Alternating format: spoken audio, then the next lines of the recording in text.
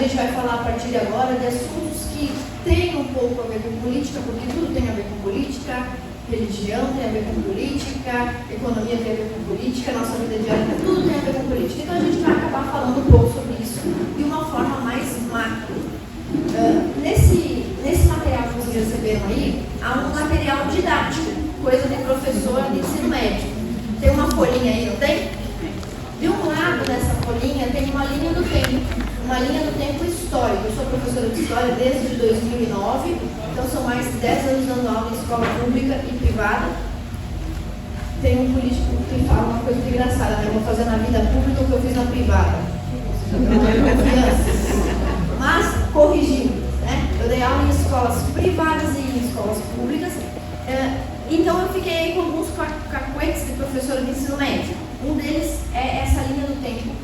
Vocês provavelmente aprenderam sobre isso nos primeiros anos, lá nas séries iniciais, quando vocês ingressaram na escola, e retomaram essa temática no primeiro ano do ensino médio, as divisões da história. A gente faz a linha do tempo para compreender a origem das ideias que a gente tem hoje. Qualquer ideia que a gente tem hoje não é uma ideia, você pode até pensar, nossa, essa ideia é totalmente minha, mas muito provavelmente não é. Existem tantas e tantas ideias, tantos e tantos precursores no mundo, que quase tudo que a gente pensa é fruto da ideia de alguém que já pensou antes de nós. Então, por isso é importante nós termos uma linha do tempo na cabeça para entendermos a origem das ideias, ou a história das ideias. Então, de um lado, você tem a linha do tempo do movimento feminista. O assunto que nós vamos falar hoje não é o movimento feminista, é a ideologia de gênero. No entanto, todo mundo sabe que essas coisas estão muito ligadas. Todo mundo já deve ter ouvido falar sobre isso, ideologia de gênero. Quem é de direita fala ideologia de gênero.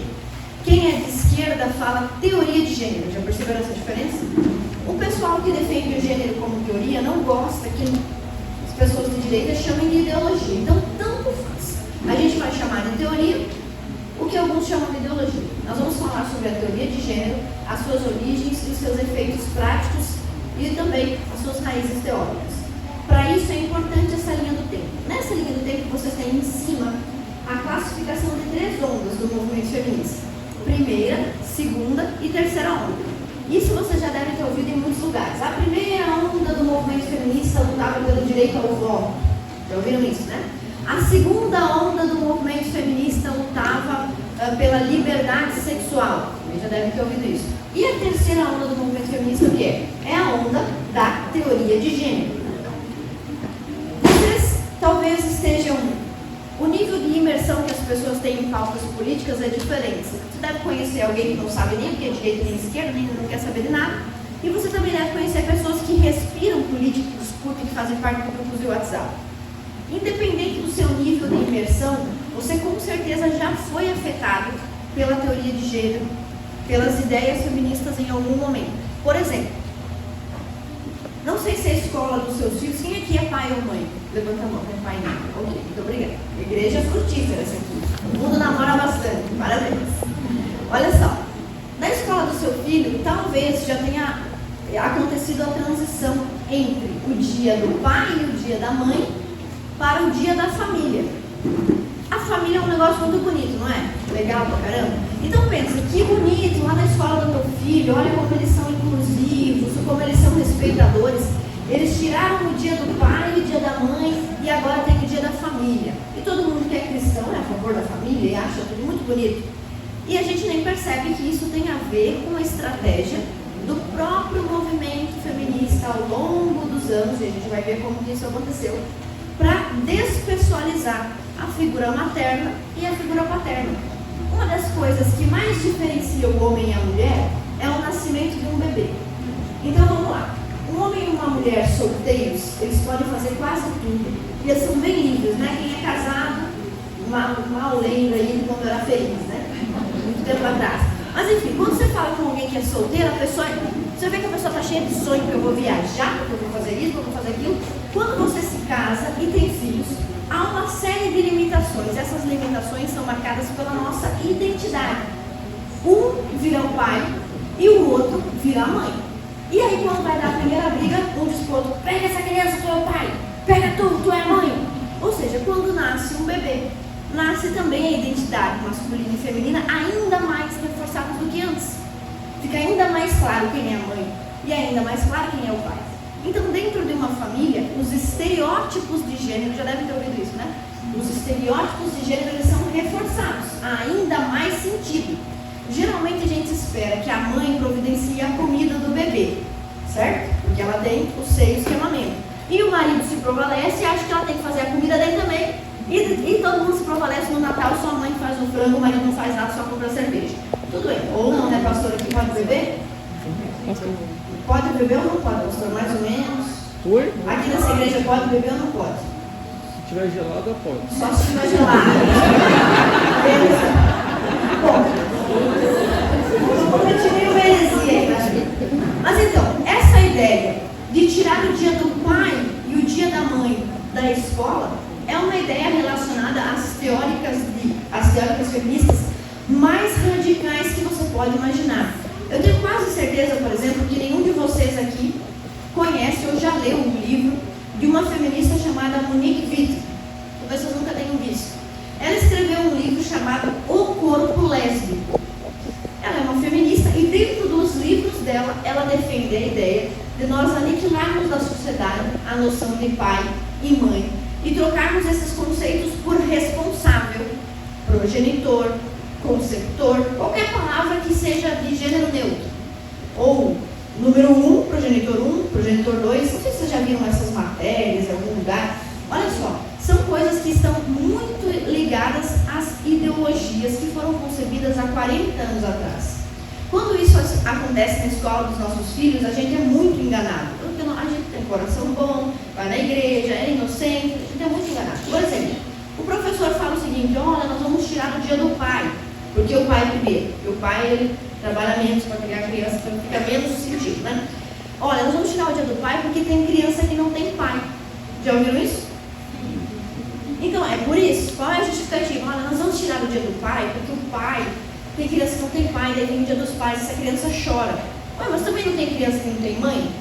Tem. Aí, 2, 3 anos depois, olha, nós vamos tirar o dia da mãe porque tem criança que tem 2 pais. E aí todo mundo tá, ok. E aí no lugar a gente vai fazer o dia da família. Olha que lindo. Aí vai lá o cristão, o conservador, o cara de direita. Que bonita, a escola da minha filha é super respeitadora e inclusiva. Não tem dia do pai e dia da mãe. Tem o dia da família. E a família é bom para todo mundo. O próximo passo, próxima etapa, a escola vai dizer para o seu filho: olha, família é qualquer coisa.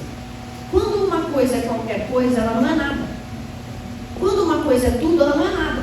Eu preciso definir, eu preciso conceituar para delimitar. Não existe como uma coisa ser tudo e nada ao mesmo tempo.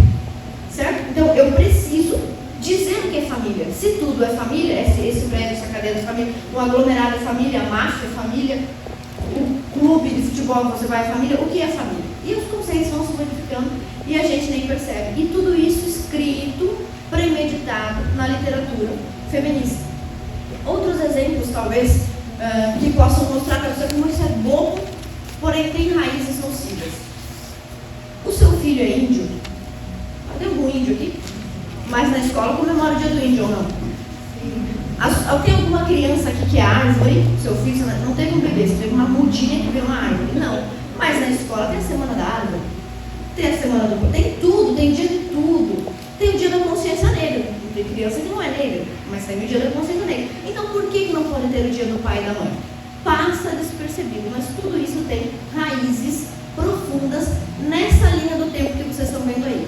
Primeira, segunda e terceira onda do movimento feminista. Então, vamos a alguns exemplos de que, mesmo que eu esteja desconectado, eu não quero saber de política, eu só quero viver a minha vida de boa, tranquilo, trabalhar, depois eu quero me aposentar, quero ter meus filhos, minha família, tirar férias uma vez por ano, ir para a praia com meus filhos. Eu quero ficar tranquilo, numa boa, tudo bem, tranquilo. Será que a sua vida prática é afetada ou não pelas teorias que você não conhece?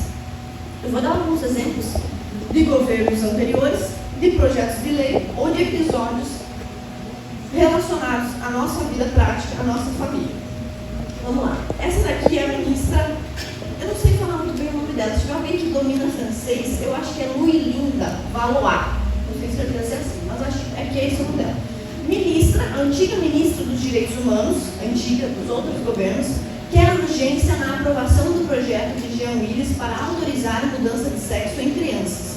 Essa matéria eu peguei de um site de fact-check, sabe aqueles sites que checam se uma notícia é fake news. Então, para não correr risco de nada, eu já peguei no site que checa se uma notícia é fake news.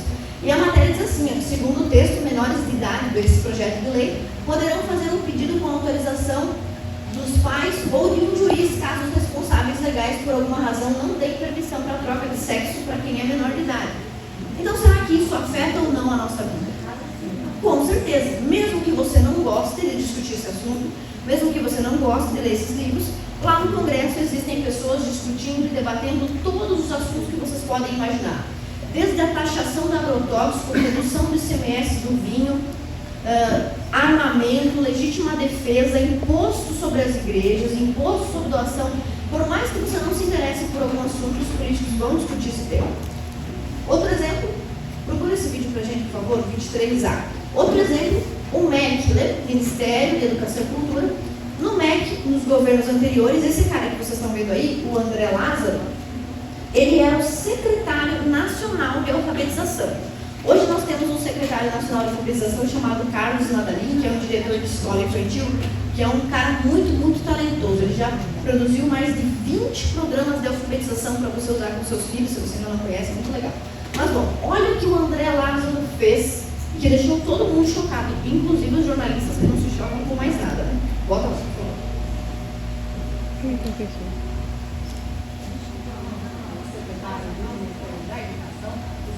Ontem aqui no Jornal da Record. Durante uma apresentação. Tudo bem, não tem problema, porque não era muito importante como assim. Indignação. Foi com esse sentimento que os brasileiros ouviram as declarações do ex-secretário do Ministério da Educação, exibidas ontem aqui no Jornal da Record. Durante uma apresentação do kit escolar sobre homossexualismo no Congresso, no ano passado, ele fez piada sobre o desenvolvimento do kit que o governo quer entregar nas escolas. A fala debochada do então secretário do Ministério da Educação, André Lázaro, ao explicar para parlamentares como ele e outros funcionários pensaram e produziram o chamado kit gay, teve uma péssima repercussão em todo o país. O vídeo foi mostrado ontem no Jornal da Record e imediatamente causou indignação pela maneira desrespeitosa com que um tema tão importante para a formação dos jovens foi tratado pelas autoridades. E só para contar uma história, que vale a pena, uma dificuldade era um dos materiais didáticos dos filmes, tinha um beijo na boca. E a gente ficou um beijo lésbico na boca. A gente ficou 3 meses discutindo até onde entrava a língua, né? Por todo o Brasil, a fala do então secretário do Ministério da Educação e o conteúdo do kit escolar sobre homossexualismo foram criticados por pais de alunos. Imagine se no espaço político, se num debate que é sério, a gente faz brincadeira, Basicamente, o que está acontecendo nesse vídeo? Os congressistas, os parlamentares e o secretário, que é um agente do Poder Executivo, estão discutindo uma cartilha que foi enviada para as escolas, mais escolas públicas. E essas cartilhas são replicadas também para a iniciativa privada. Como se o sistema educacional brasileiro ele se retroalimentasse. É óbvio que o sistema público e o privado precisam oferecer uma educação, por mais que a qualidade varie, tematicamente semelhante, porque as provas de vestibular são idênticas, certo? Então, existe uma certa sintonia entre eles. O secretário de alfabetização, ele foca em qual idade? O secretário de alfabetização foca na idade de alfabetizar, que é até os 8 anos.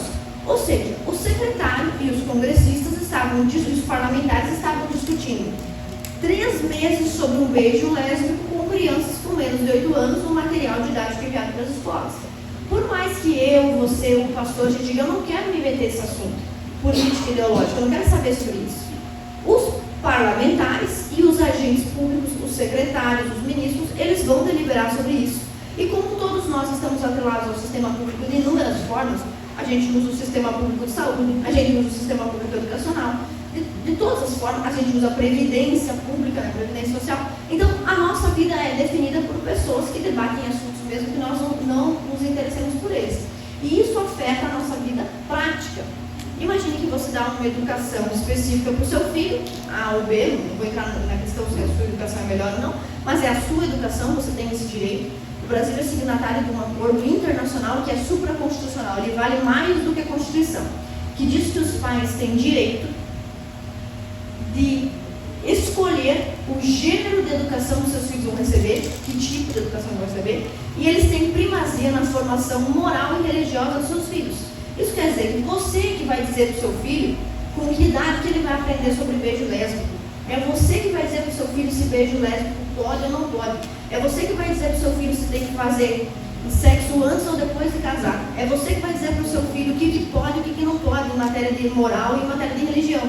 Quando seu filho tiver 18 anos, ele está emancipado, ele faz o que ele quiser. Se ele, por exemplo, botar fogo num carro, não é culpa sua. Mas se ele colocar fogo num carro com 15 anos, a culpa é sua. Se seu filho de 14 anos engravidar uma outra menina de 14 anos, você vai arcar com as consequências junto com ele. Então, por isso, o Pacto São José da Costa Rica, do qual o Brasil é signatário, dá aos pais a primazia sobre a educação moral dos filhos. E esse critério não foi respeitado pelo secretário nacional de alfabetização dos governos anteriores. Eu vou dar mais um exemplo, mesmo que não sejam agentes políticos. A gente estava falando sobre uma ministra e sobre um secretário, mas agora vamos falar sobre algo que não envolve política pública necessariamente. Vamos falar de iniciativa privada ou fomento de dinheiro público na iniciativa privada. Todo mundo lembra desse caso aqui, né? Não precisa pegar o vídeo, tá, meninas? Vocês lembram desse episódio? Vocês devem ter visto isso, né? A criança, a mãe estava presente, sim ou não? Sim. Então a educação moral da filha dela é competência dela, ninguém tem nada a ver com isso. Porém, existe um Estatuto da Criança e do Adolescente. Eu tenho muitas críticas ao Estatuto da Criança e do Adolescente. Sei lá, se eu fosse presidente da República, líder da Comissão de Direitos Humanos, presidente da Comissão da Criança e do Adolescente, eu faria um estatuto diferente. Mas o fato é que esse estatuto existe e está lá. E diz que a criança é vulnerável e ela está em formação até os 18 anos. Fala sobre a dignidade sexual e identitária da criança. Ela precisa ser protegida. Então, espetáculos como esses precisam ter um cartaz na porta proibindo a entrada de crianças com determinada faixa etária. Então, o Brasil deveria ter, e supostamente em tese tem, quase que absoluta liberdade de expressão. Só há um tópico de censura prévia, onde a liberdade de expressão é controlada, que é qual tópico? Quando se trata de crianças ou adolescentes. Quando se trata disso, nenhum material com sexo, com cenas obscenas ou cenas relacionadas a isso pode ser fornecido ou exibido sem aquele aviso. Todo mundo já viu um filme no cinema que diz: você não pode assistir se tiver menos de 16 anos. Não é recomendado para menores de 16 anos. Isso daí é uma lei, você precisa respeitar isso. Então, qual é a discussão que aconteceu aqui? Bom, esse evento num museu de arte moderna, num espaço público, deveria ter sido restrito. Essa criança não deveria poder entrar num lugar onde o espetáculo envolve um homem nu. E o que tudo isso tem a ver com feminismo e com ideologia de gênero?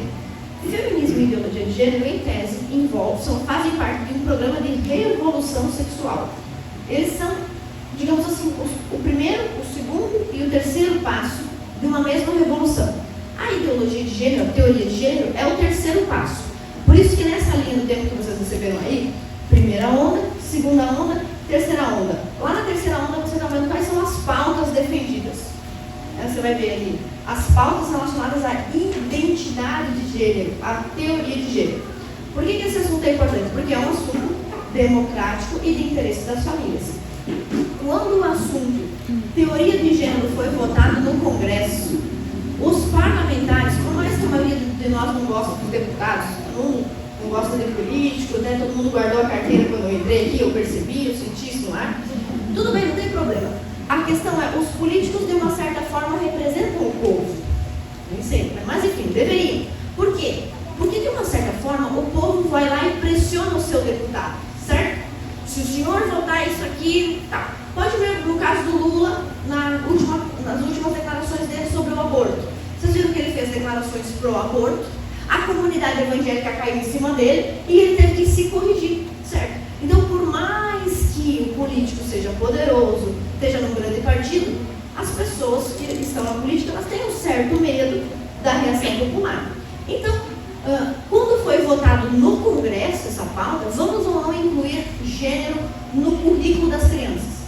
A sociedade se mobilizou, os católicos, os evangélicos, os espíritas, as pessoas se mobilizaram para pressionar os deputados a derrubarem essa pauta, e a pauta foi derrubada, ela não está no currículo nacional. Mesmo assim, ela está na escola do seu filho, nas prefeituras do estado, nas escolas estaduais. Por quê? Uma coisa é a força política de uma ideia, outra coisa é a força cultural de uma ideia. Por mais que você não seja um defensor consciente de algo, você pode ser o herdeiro de uma ideia que foi sendo diluída. Exemplo, aquela ideia do livro O Corpo Lésbico, de Monique Wittig, de fazer uma revolução sexual profunda na humanidade através da linguagem. Eu tenho certeza que se vocês lessem esse livro, vocês achariam um livro absurdo. Meu Deus, esse livro é horrível, é um absurdo.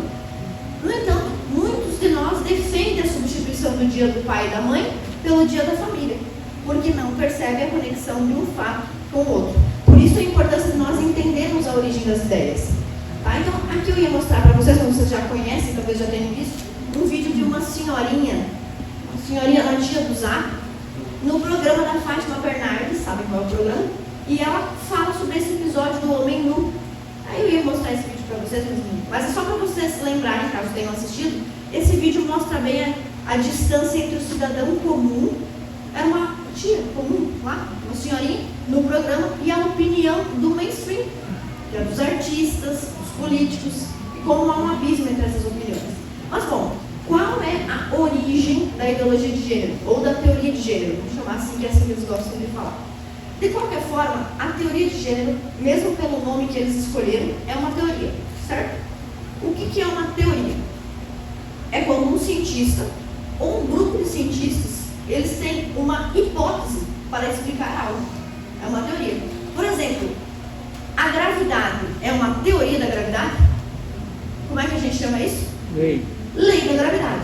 De todas as formas possíveis, a ciência observou, testou, repetiu novamente, testou de novo, foi em outro lugar, testou novamente, filmou, gravou, repetiu, observou, fez 1 milhão de testes e olha, realmente toda vez que eu jogar um objeto ele cai. Se não cair é um milagre, chame a Rede Globo, não uma matéria. Então o nome disso, lei. Quando a gente fala de ciências humanas, de ciências sociais, de história, até de geografia crítica, que existe isso também. Por exemplo, no livro de geografia do seu filho, tem geografia crítica. Ou seja, ele não está só aprendendo que o petróleo vem das camadas mais inferiores da Terra, ele está aprendendo também que o MST tem o direito de invadir propriedade. O nome disso, geografia crítica. Está criticando o espaço geográfico. Então, quando a gente fala de ciências humanas, tudo é muito fluido. Existem muitas teorias. E por que é problemático você adotar uma teoria como se ela fosse verdadeira e simplesmente aplicá-la? Quando a gente fala sobre teoria de gênero nas escolas, nós não estamos falando que os nossos filhos ou nós não possamos saber o que é teoria de gênero. Nesse momento a gente não está estudando teoria de gênero? Sim. Tem algum problema nisso? Não. O problema é aplicar uma teoria sem a aquiescência dos pais e sem informar a comunidade de todos os efeitos possíveis adversos daquela teoria. As pessoas foram consultadas sobre teoria de gênero? Foram. E qual foi a opinião delas? Não queremos. Tanto que não está no Congresso, não foi votado favorável. Bom, então, mesmo que fosse uma teoria, e que a teoria pudesse ser aplicada em formato de lei, que não é o caso, essa teoria não recebeu a aprovação popular, e isso é muito importante. O povo pode estar errado em muitos momentos, certo? Mas se a maioria do povo estiver errando, é mais fácil que esse erro seja consertado pela mesma maioria popular daqui a 10, 15 anos. E o povo também não é palhaço. Então, eu vou dar um exemplo para vocês. Tem alguns projetos de lei que demonstram como uma lei deve respeitar a intenção do povo. Em São Paulo, se não me falha a memória, em São Paulo foi aprovada uma lei que os bares tinham que fechar às 2 horas da manhã. Então, a lei dizia assim: os bares de São Paulo precisam fechar às 2 da manhã. Mas não dizia nada sobre o horário de abrir o bar. Então, como é o nome do senhor? É o João. O seu João é dono do bar do João. O que ele fazia com o bar dele? Ele fechava o bar às 2 e abria às 12h15. O que é isso? A sociedade se remodela quando algo está na legislação que não é compatível com a vontade popular. Só que veja como é antinatural você ficar tentando guiar o comportamento das pessoas por força de lei. Tem outro exemplo. Você sabe que comer muito sal faz mal para a saúde, certo? Sabe que também comer muito açúcar faz mal para a saúde. Refrigerante carne gorda, fritura, ok, mas a gente gosta. Quando a gente vai comer uma batata frita, a gente está consciente que a gente vai viver um pouco menos. Mas a gente faz na cabeça a conta e vale a pena, não é? Então, vamos dar um exemplo sobre restaurantes, também uma legislação brasileira. O nosso, olha como que o governo quer controlar a nossa vida em tudo. O nosso corpo precisa de iodo, certo? E de sódio, tá, beleza. Só que o brasileiro não come muito peixe, por exemplo, lá no interior não come muito peixe. Então, o governo decidiu que no sal tem que ter iodo, sal iodado, que é para a sua saúde. Que estranho, deixa eu decidir quanto iodo para comer. Mas ok, o governo vai lá e bota iodo no sal. Aí hoje quem é chique vai lá no mercado e compra eu quero sal sem iodo, né? Mas enfim, como o sal faz mal, muito sódio faz mal, dá pedra no rim, dá muita sede, enfim, dá problema. Teve um projeto de lei que diz o seguinte: é proibido colocar o saleiro em cima da mesa. Por quê? Estimula o cara que está comendo a batata frita a colocar, porque a gente às vezes tem uma preguiça de pegar o saquinho. Se a gente não tem, deixa como está. Mas se estiver na nossa frente, a gente está com outro saco. Então o governo, como quer cuidar da nossa vida, decidiu que o saleiro não podia estar em cima da mesa. Aí o seu João, empresário, um cara brilhante, um brasileiro nato, que nasceu com a criatividade muito grande, um grande talento para gambiarra, o seu João pendurou um fiozinho de nylon no teto e deixou o saleiro suspenso sobre a mesa. Por que eu estou dizendo isso? Olha, a lei, todas as leis, elas precisam respeitar a vontade popular. Por mais que a gente descobrisse, a deputada Ana descobriu um negócio que faz muito bem para a saúde, é maravilhoso, todo mundo deveria comer 3 pedacinhos de brócolis ao acordar, e as pessoas iriam viver 50% a mais do que sua expectativa de vida média. Mesmo assim, eu teria que convencer vocês. Eu não poderia fazer por força de lei, obrigar todos a comerem outro, ou a comerem 3 brócolis, por mais que faça bem para a saúde de vocês. Eu não posso, porque um dos critérios, por exemplo, de uma sociedade conservadora é respeitar a vontade popular. Certo? Bom, então, o que acontece com a teoria de gênero? Ela foi submetida à vontade popular, e a maioria das pessoas não concorda com isso. Quando eu comecei, meu pai é assembleiano, bem radical do RTT, bem radical mesmo. Uma vez, cadê meu assessor, o Henrique? Cadê ele? Bom, o Henrique sumiu, não vou descontar do salário dele, tá lá. O Henrique, quando apareceu já, né? Rapidinho. Quando eu e o Henrique tínhamos 14 anos, ele queria me levar no cinema, mas meu pai era da Assembleia de Deus. Aí ele disse assim: então você não vai nesse negócio do demônio? Não pude ir no cinema, porque meu pai, na opinião dele, era do demônio. Bom, é um preconceito da cabeça dele, porém hoje eu entendo. O que meu pai estava querendo dizer? O cinema não é do demônio. Mas eu, uma menina de 14 anos, e o meu amigo com 14 anos, numa sala escura, sem a assistência dos pais, daí pode acontecer uma coisa do demônio? Ou não? Porém, como vocês vejam, o meu pai, embora estivesse agindo com base em um preconceito, ele estava até tomando uma atitude. Você vê, então o povo também, por mais que não seja muito culto, por mais que não entenda de todos os assuntos, às vezes toma decisões baseadas em experimentos ou em práticas. Minha mãe sempre fez isso, você sempre faz, e que podem fazer bem para a sua vida. Por exemplo, todos nós comemos sentados na cadeira e apoiados na mesa. Nenhum de nós senta na mesa e bota o prato na cadeira. É errado? Não, mas é habitual. Então faz parte do hábito do ser humano, do brasileiro, entender que homem é homem e mulher é mulher. Se você quiser mudar isso, você vai ter que fazer isso através da mídia, das universidades, tá? E não pode fazer por força de lei. Pegar a teoria de gênero, que diz que não existe homem e mulher, e jogar no nosso colo e dizer: se vira com esse negócio aí, agora você vai ser submetido a esse experimento desde a sua mais tenra infância. Como é que começaram essas ideias que a gente chama hoje de teoria de gênero? Esses daqui são 5 livros da teoria feminista que são bem importantes. Eu coloquei os números em cores diferentes porque nós vamos começar olhando os livros que foram escritos pelas seguintes feministas: Mary Wollstonecraft, Simone de Beauvoir e Betty Friedan. 1, 2 e 3. Estão vendo? Esses livros foram escritos em períodos diferentes. O primeiro, o da Mary Wollstonecraft, foi escrito em 1790 e se chamava Reivindicação dos Direitos da Mulher. Ok. Alguém aqui é contra os direitos da mulher? Por exemplo, vamos revogar os direitos da mulher. O direito da mulher de proibir o marido de jogar futebol, que é o direito que nós temos, que é nosso direito, certo? Ninguém vai revogar esse direito, certo? Então, esse livro deveria falar só sobre direitos, mas lá no meio dele, olha quando ele foi escrito, em 1790, essa pensadora iluminista escreveu, entre várias coisas, que a educação deveria ser pública, obrigatória, compulsória e mista.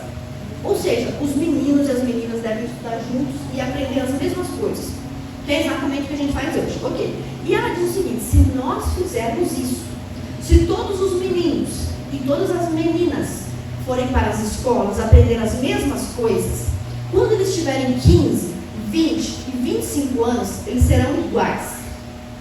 Então, se existe diferença entre homens e mulheres, lá em 1790, as mulheres lavavam a louça e os maridos saíam para caçar. Se existe essa diferença, é por causa da educação. Aí está a primeira sementinha da ideologia de gênero, da teoria de gênero. Dizer que uma pessoa pode mudar a sua natureza biológica pela forma como ela é educada. Primeira sementinha, 1790, faz muito tempo isso. O tempo foi passando, depois a gente vai voltar para o livro Os Papéis Sexuais, do pesquisador, mas a gente vai pular agora para o livro da Simone de Beauvoir, feminista de segunda onda. Então aí nessa folhinha didática que eu dei para vocês, nesse mapinha, tem a segunda onda. Lá embaixo tem uma lista de nomes importantes da segunda onda. Quem está ali? Betty Friedan e Simone de Beauvoir. Então Simone de Beauvoir era amante do filósofo existencialista Sartre. Todo mundo aqui é cristão? Se não tiver algum cristão, avisa, nós vamos surrar no final até que se governa. Bom, aqui porque os cristãos são perigosos, né? Bom, olha só, a Simone de Beauvoir, ela era amante de Jean-Paul Sartre, que era um filósofo existencialista. Eles tinham muitas ideias em comum, entre elas o desprezo à igreja. Eles odiavam a igreja, a religião e tudo mais. De uma forma bem simples, o que é o existencialismo? É uma teoria que diz que eu sou conforme eu passo a existir, conforme eu me comporto. É confuso de entender, mas assim, se eu me comportar de determinada forma, eu serei aquilo. Então, se eu me comportar como uma mulher livre, eu serei livre. Se eu me comportar como uma mulher escrava, eu serei escrava. Se eu me comportar como um homem, eu serei um homem. Se eu me comportar como uma mulher, eu serei uma mulher. A filosofia existencialista, de uma forma bem boba, explicando assim, diz que conforme o ser humano vai existindo, ele vai se fazendo na sua identidade. Seria uma forma adversária de pensar em relação ao essencialismo. Ou seja, o homem e a mulher, eles têm uma essência. Você nasceu homem, você é homem. Você nasceu mulher, você é mulher. E isso tem a ver com uma essência. Veja, na Assembleia de Deus é muito fácil fazer essa palestra. Porque lá, todos os homens usam terno e gravata, todas as mulheres usam esse vestido brega de crente que nem eu. Aí fica bem fácil. Ô menina, mulherada, quem usa vestido é mulher, quem usa terno é homem. Porém, aqui nessa igreja, na Bola de Neve, já fica difícil. A mulherada é toda moderna, os homens também usam as calças apertadas, fica confuso. Mas eu não estou falando sobre isso. Tá? Eu não estou falando sobre roupa. Quando a gente fala sobre essência feminina e essência masculina, não tem nada a ver com isso. Quando Jesus Cristo, vocês lembram desse texto da Bíblia, muito mal usado, inclusive, para proibir as mulheres de usar calça em determinadas igrejas. Que o homem não se vista como a mulher e a mulher não se vista como o homem. Na época de Jesus, todo mundo usava o quê? Vestido, não tem sentido esse texto. O que será que era roupa de homem e roupa de mulher? Sei lá, se amarrasse o laço para a direita era homem, se amarrasse para a esquerda era mulher, sei lá. Não tem como saber, né? Porque as roupas eram praticamente idênticas.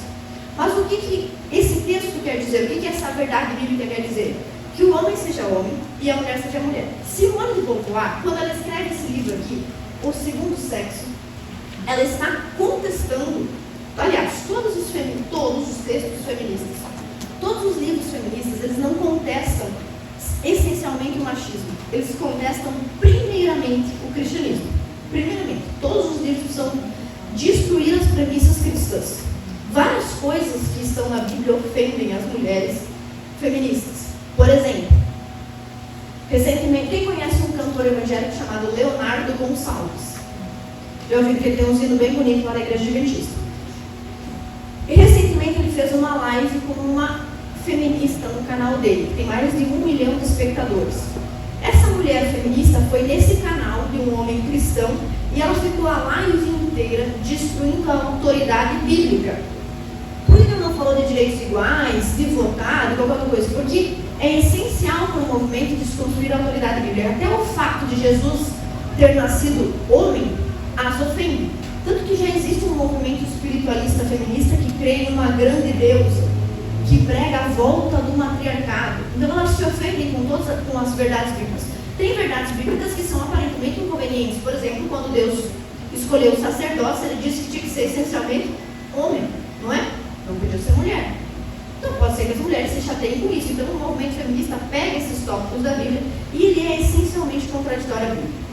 Mas as feministas conhecem, algumas conhecem a Bíblia. A Simone de Beauvoir era uma filósofa francesa. Ela era uma mulher muito culta, ela escrevia livros muito bem, era uma excelente escritora, namorava, era amante do Sartre, que era um filósofo conhecidíssimo também, então eles eram pessoas inteligentes, que frequentavam os melhores lugares, conheciam os textos bíblicos e tudo mais.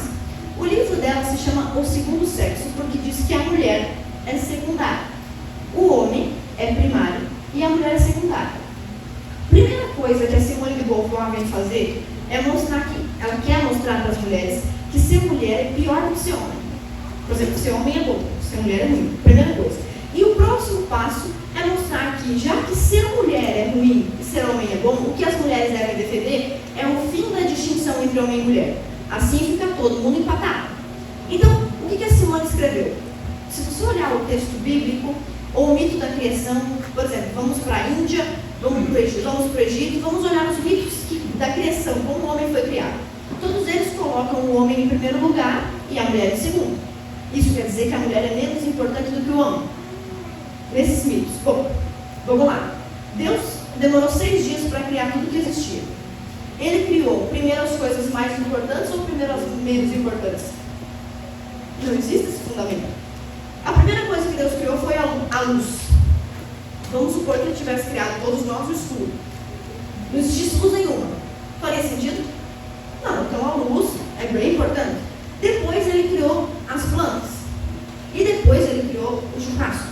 Que aí já fica difícil definir o que é mais importante, se é o churrasco ou se é a salada. Mas Deus criou um após o outro, não necessariamente em ordem de importância. Deus criou a zebra no 5º dia e criou Adão no 6º dia. Quem é mais importante? Adão ou a zebra? E Deus criou por último a mulher. Então eu, que sou mulher, acho que Deus estava fazendo um rascunho, então aperfeiçoou e fez a obra-prima, né?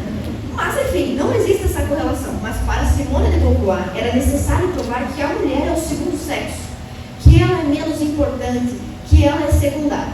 Bom, talvez isso seja verdade do ponto de vista da autoridade. Quando você chega num lugar que tem que carregar um saco de cimento, quem é o primeiro sexo a carregar o saco de cimento?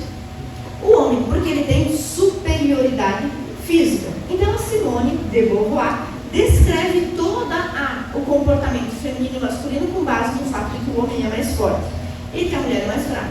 E ela diz o seguinte: já que o homem é mais forte, ele domina a mulher. E já que a mulher é mais fraca, ela é sempre oprimida. Todo mundo aqui assistiu o Titanic? Bom, então veja só.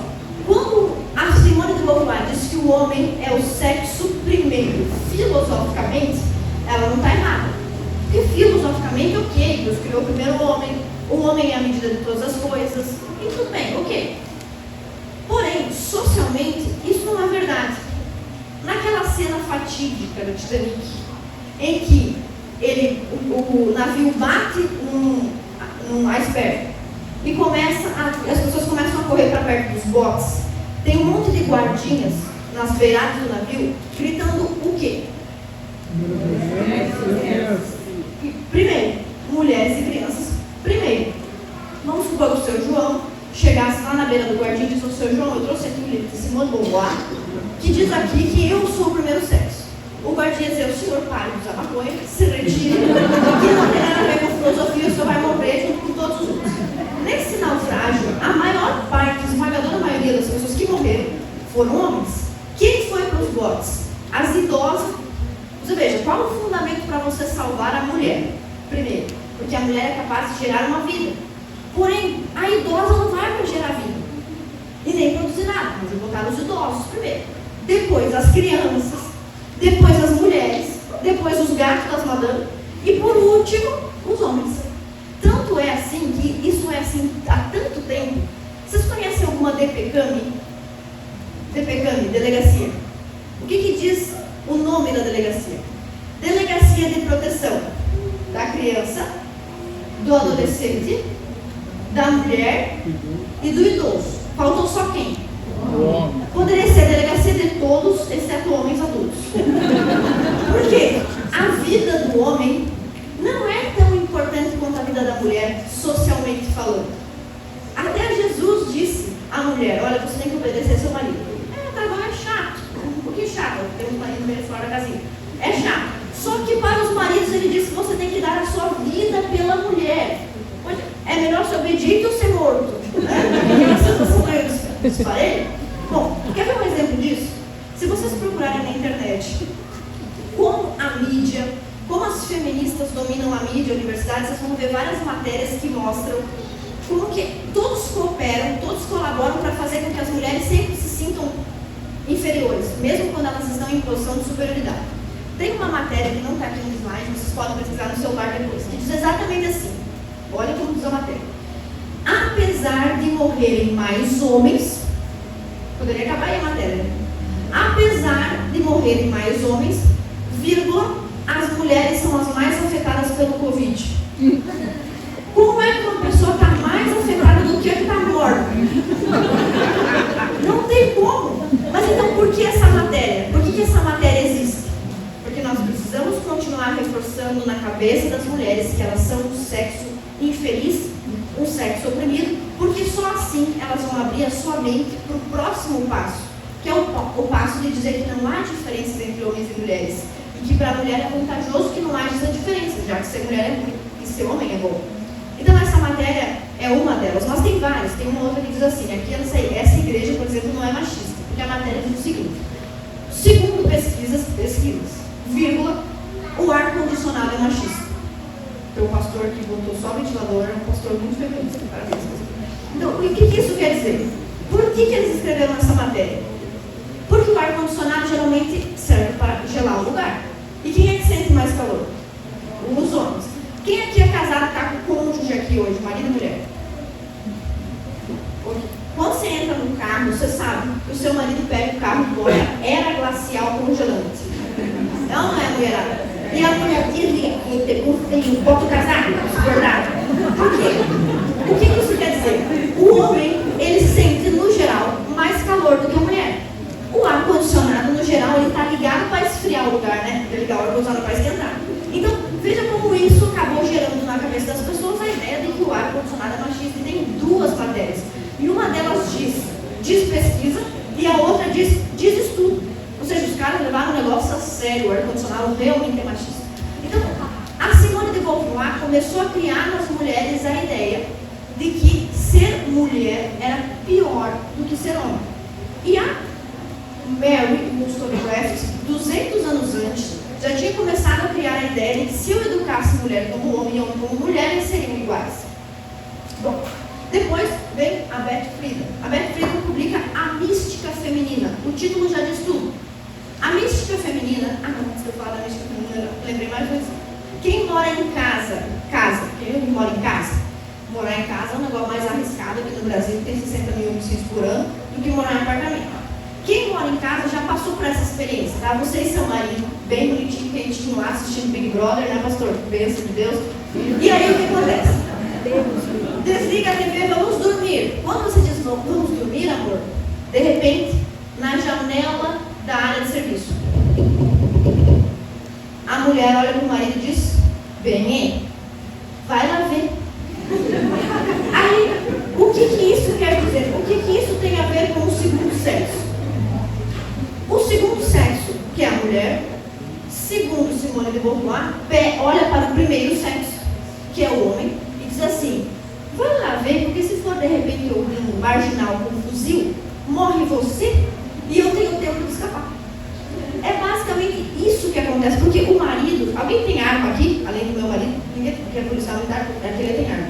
Não tem arma, nessa idade, pastor, olha só, ninguém tem arma. Então quando a esposa diz, como é o nome do senhor? Pedro. E a da sua esposa? Érica. A Érica diz assim pro Pedro: Penha, vai lá ver. O Penha, o Pedro, o que ele vai levar? Um garfo, uma vassoura, um roubo. Vamos supor que seja realmente um marginal com um fuzil para matar toda a família.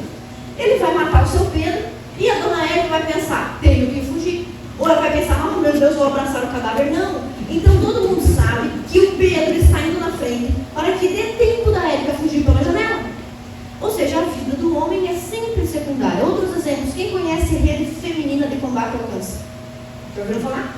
Rede masculina, conhece algum? Os dados do SUS, os homens estão repensando agora, hein? Os dados do SUS mostram que nós temos 700% mais investimento para a saúde feminina do que para a masculina. Não estou dizendo que tem que diminuir o investimento na saúde da mulher, só quero que vocês percebam que a vida da mulher é mais valiosa. Por quê?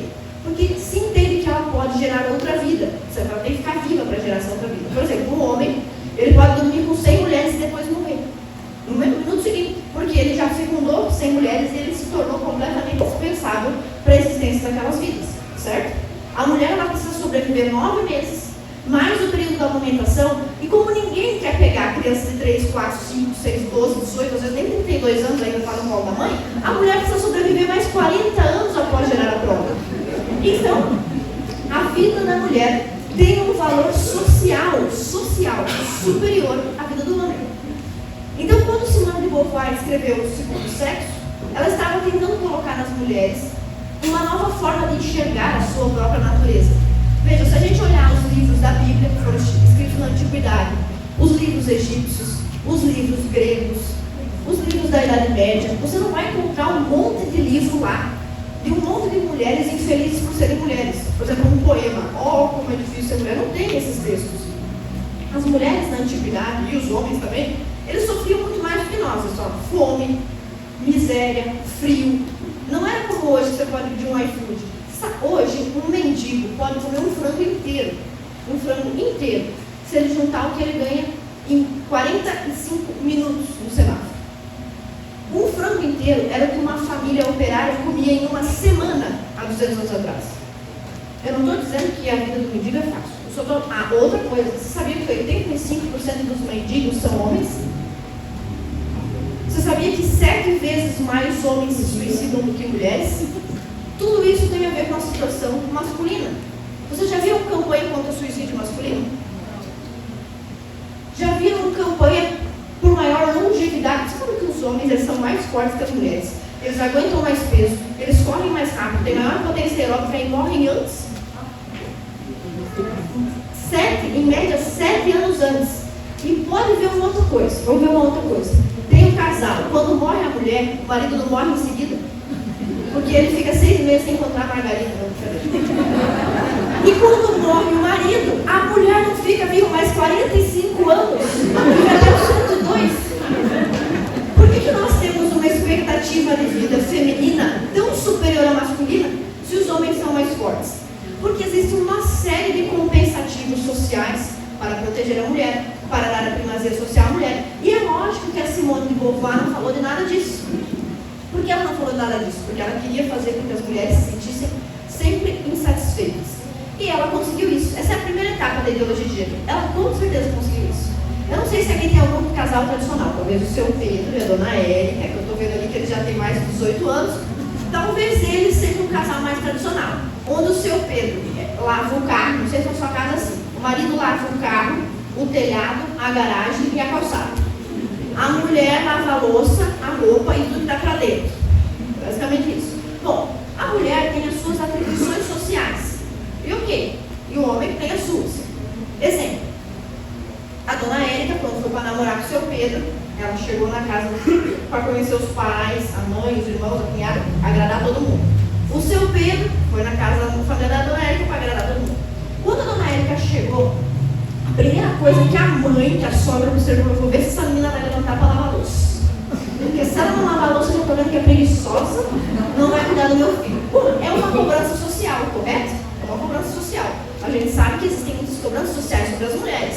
É bom ser cobrado socialmente? Não. O bom mesmo é viver solto, livre, milionário, não tem que fazer nada. Mas as cobranças sociais existem. No entanto, o seu Pedro, quando ele chegou na casa da mãe da dona Érica, ninguém ficou esperando que ele lavasse a louça. Mas a pergunta era, teu pai faz o quê? Trabalha no quê, teu pai? Ah, meu pai é agricultor e tu faz o quê? Imagina seu Pedro chegando na casa da dona Érica. Então, seu Jorge, firmeza? Eu sou motoboy, estou na correria aí faz 15 dias, já é meu 10º emprego esse ano, matou firmeza. O que o pai da dona Érica quer dizer? Não, você não vai casar com essa mulher? Mas por que não? Ele é mau caráter porque ele não conseguiu ficar no mesmo emprego? Não. Mas as expectativas expectativas sociais sobre os homens são: você vai ter que sustentar a minha filha, todos os meus netos e de repente a minha mulher, a sua loura. Então, você tem que ter estabilidade, você tem que ter uma profissão. Ou seja, os dois sexos passam por cobranças sociais.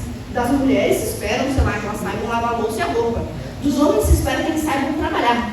No entanto, você hoje, você chega para uma menina e ela diz assim para você: olha, eu tenho 18 anos e eu não quero ter filhos. Ok, então por que tu não quer? É tão legal, as crianças não deixam de dormir, incomoda, gasta todo o nosso dinheiro, suja toda a nossa casa, por que você não quer ter? Aí, tudo bem, a pessoa vai dar uma risada, então, ok. Agora imagina um homem, qual é a cobrança social sobre a mulher? Ser mãe. E a cobrança social sobre um homem é a de trabalhar. Vocês conhecem alguém, assim, um homem com 18 anos que chegou para a família, reuniu a família no Natal e falou assim: olha pessoal, eu andei pensando que seu Pedro, Pedro, decidi que eu não quero trabalhar. Eu não gosto, acho meio inconveniente, é muito chato, então eu decidi que eu não vou trabalhar. Veja, os homens, eles também têm um destino do qual eles não podem escapar, que é trabalhar para sempre até morrer. E as mulheres também têm o seu destino, que é um outro, ok? A Simone de Beauvoir tinha um lema.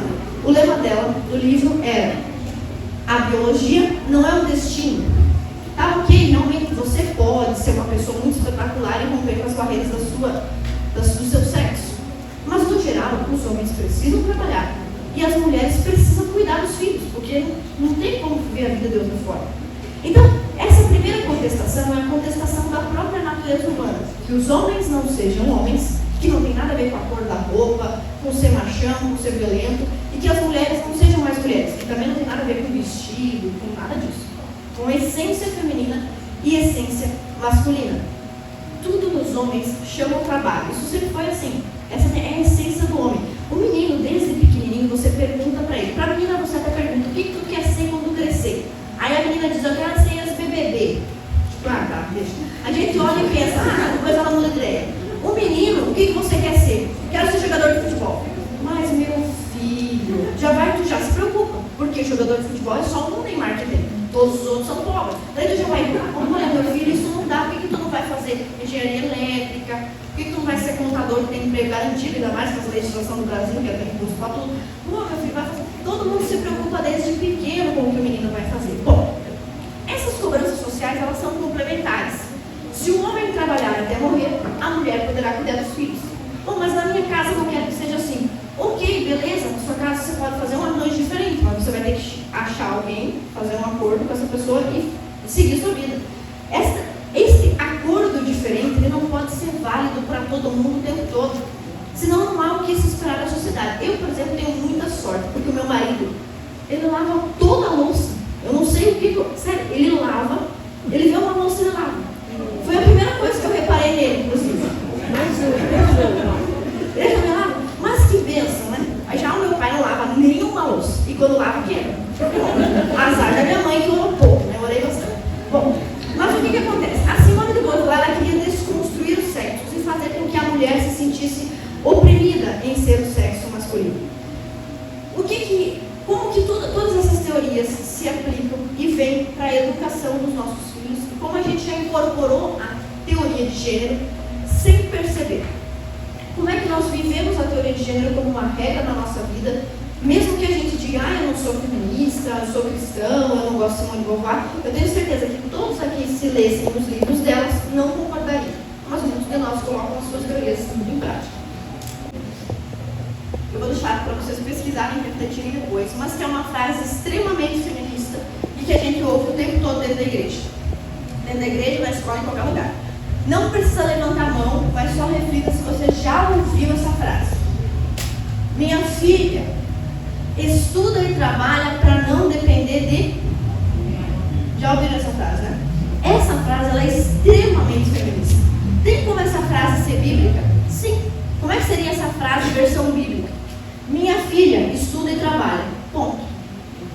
Agora, minha filha estuda e trabalha para não depender do homem, aí já é um adendo feminista.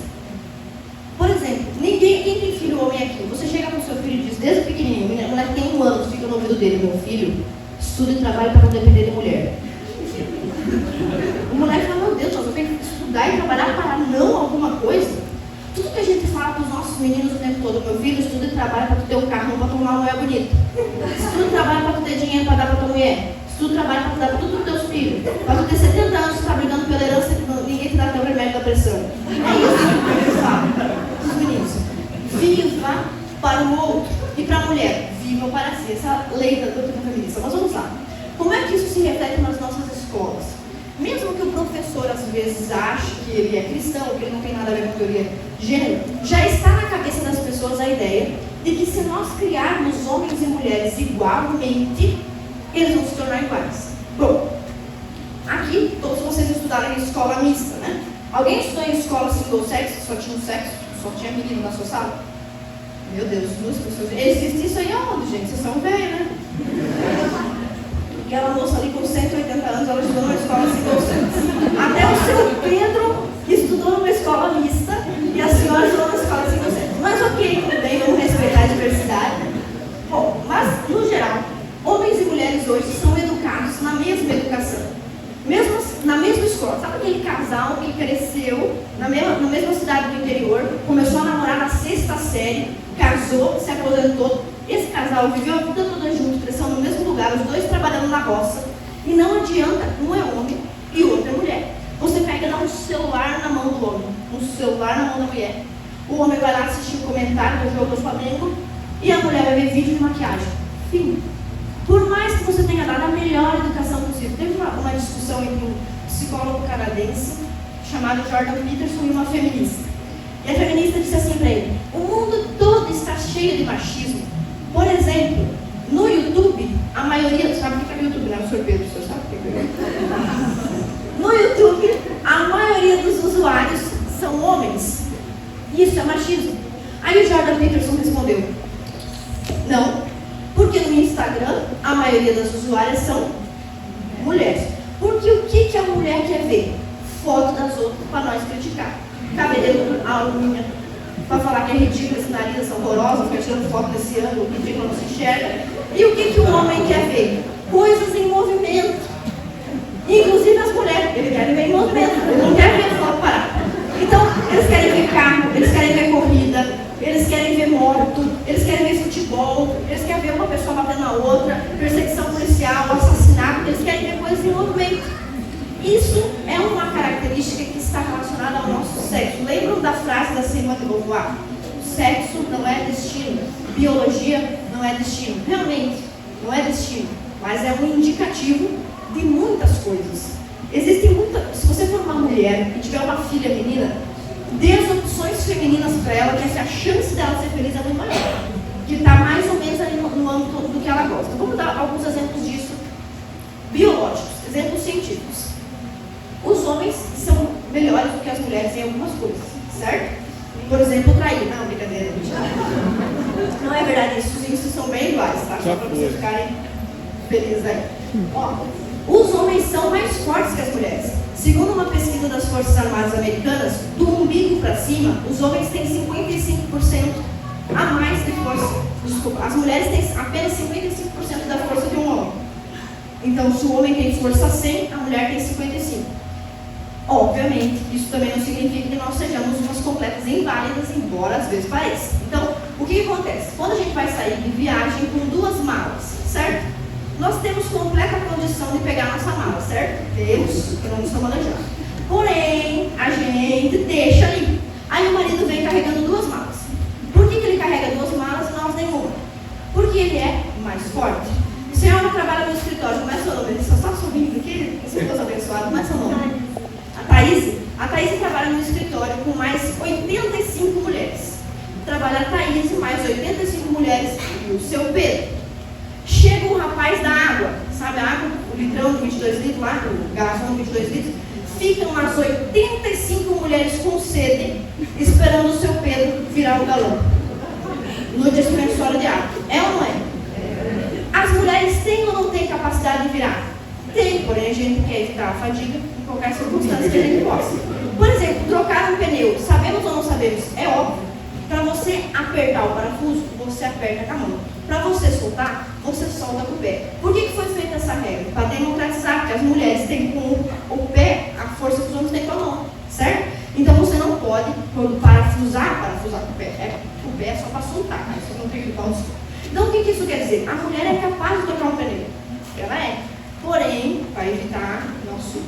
a unha de quebrar, a gente não troca. Então, a força masculina existe e ela é uma vantagem. Porém, por causa dessa vantagem, o homem tem responsabilidades sociais atreladas. Se subir um gatinho numa árvore, é o homem que vai buscar. Vocês já viram aqueles vídeos de enchente que sempre dá em São Paulo? E um monte de homem salvando cachorrinho? Tipo assim, a vida do cara vale mesmo pelo cachorro. Eu tenho certeza que foi a mulher, um parente que mandou ele lá salvar o cachorro. Eu tenho certeza que a mulher fica chorando, vai Gilberto pegar o cachorro. E o Gilberto vai lá pegar. Ou seja, realmente existe uma superioridade física. Mas essa superioridade não é o tempo todo exercida sobre as mulheres. Quando é que essa superioridade é exercida? Quando o homem bate na mulher, o que é absurdo e muito covarde. Mas, ao mesmo tempo, a mulher também tem uma superioridade física em relação aos idosos, às crianças e aos adolescentes. E as mulheres também agridem idosos, crianças e adolescentes. A Bíblia não diz que a mulher é mais boazinha do que o homem ou vice-versa, ou diz. Todos pecaram de substituição da glória, todo mundo é pilantra igual. Então Deus tem que salvar todo mundo da mesma forma.